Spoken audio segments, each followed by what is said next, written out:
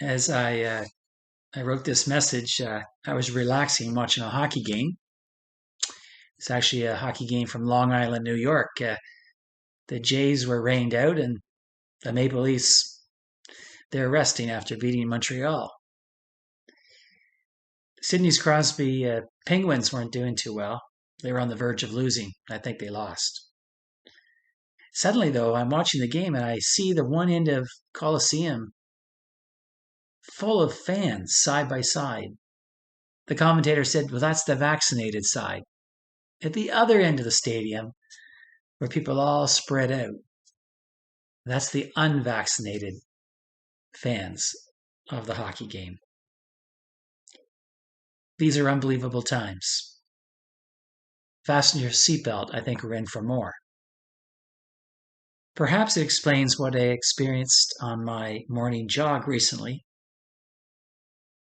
As I was running up the sidewalk, suddenly a man came running out on the porch, shouting, "It's 9 o'clock! It's 9 o'clock!" His neighbor, somewhat baffled and stunned, stopped his lawnmower. Perhaps we all want to shout, "It's been 16 months of this pandemic. It's been 16 months." Or maybe we just want to get some sleep. Would you cut your grass at 9 in the morning? I'd like to take a poll sometime. Well, I'm grateful today that, Anton, you're a great reader. I miss seeing you in person, so thanks for reading Romans, one of the most famous, chapter 8, famous texts in the Bible. Paul's an eloquent writer. The words almost speak for themselves. They're a sermon. Nothing shall separate us from the love of God. Really? Really? How's that working in the Holy Land? How's that working in the world of politics these days? How does it sound in your life when you're stressed? Or you're watching brokenness even within your own family, not let alone just the world? How do you live these words? How do they live in you as you face your daily life? I know I've shot a bunch of questions at you. Please don't take it personal. They're questions. They're my questions. Just watching the suffering recently in Gaza and Israel was devastating. I love Israel and the people of Palestine. The people are beautiful. Seeing the chaos and the stupidity of leadership angers me, as the innocent have suffered the most in Gaza and Israel. Watching many things in life leave me baffled and sometimes bewildered. I suspect you might feel the same way on any given day. But Paul proclaims all things work for good for those who love God. The Spirit intercedes for us with sighs for us too deep for words. If God is for us, who can be against us? I am persuaded that neither life nor death, and a whole bunch of other things, nor anything in all creation shall be able to separate us from the love of God in Jesus Christ. Now, a little context helps. Where's Paul coming from? Well, Paul's writing these words to new Christians, the new church. It's a forming community. He's penned these words many, many years after his own personal experience of Christ on the road to Damascus.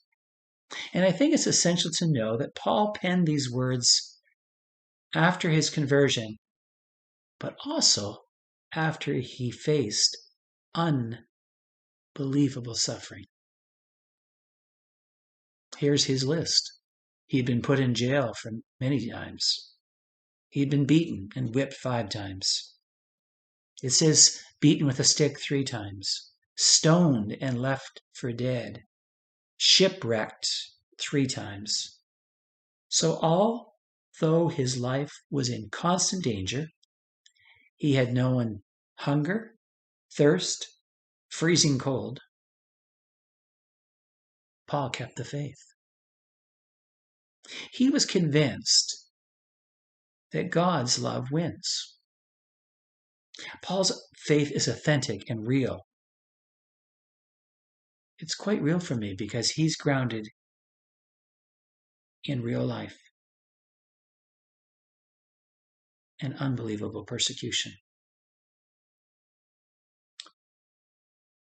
Perhaps the Spirit of God came to me this week to understand what Paul was trying to say. Not that I suffered in any great way this week, but one sign came from a loving family who saw love in a young person.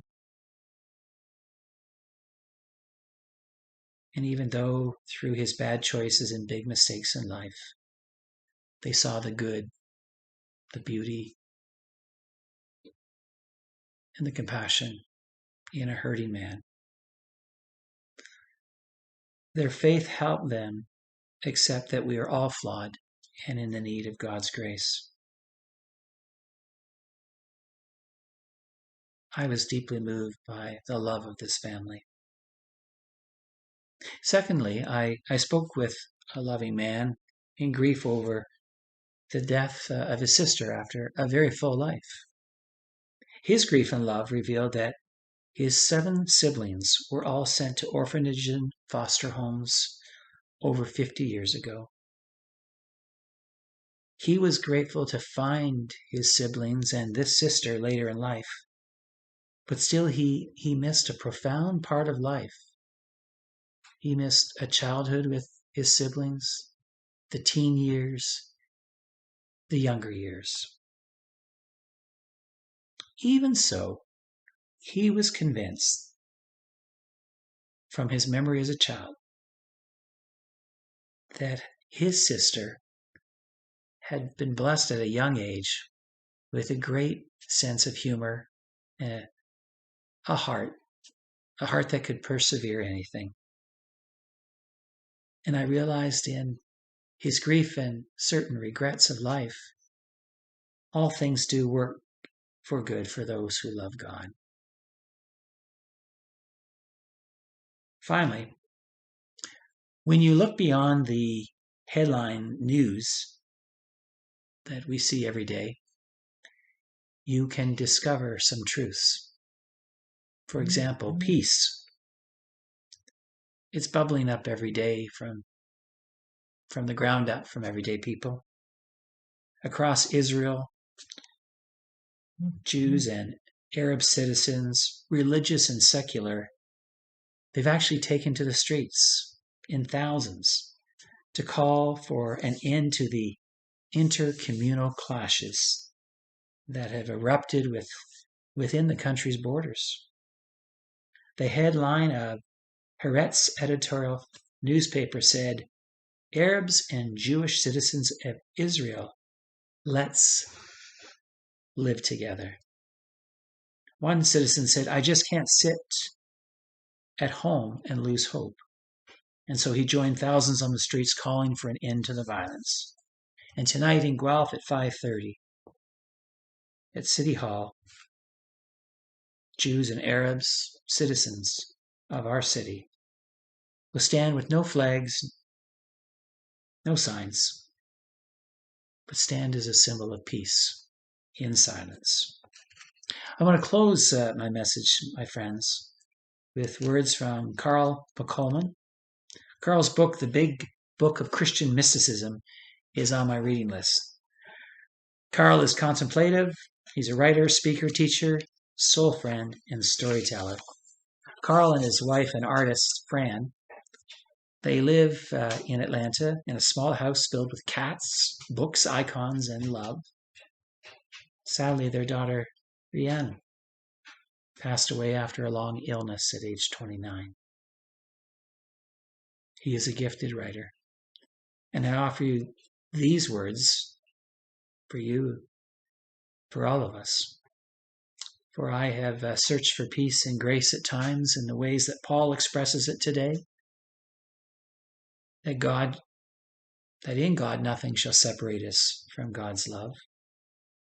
And Carl helps me, and I close with his words. God, help me to relax into your love. I do not have to control it or manage it or make sure it is flowing in my life. I do not need to prove myself worthy of it or somehow reassure you or me that all is going according to God's plan. Help me to relax into the radical trust and radical acceptance of your love and compassion.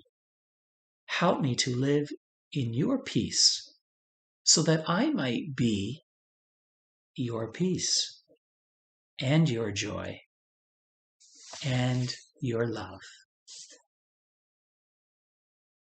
Relaxing in God's love. May it be so. Have a good week.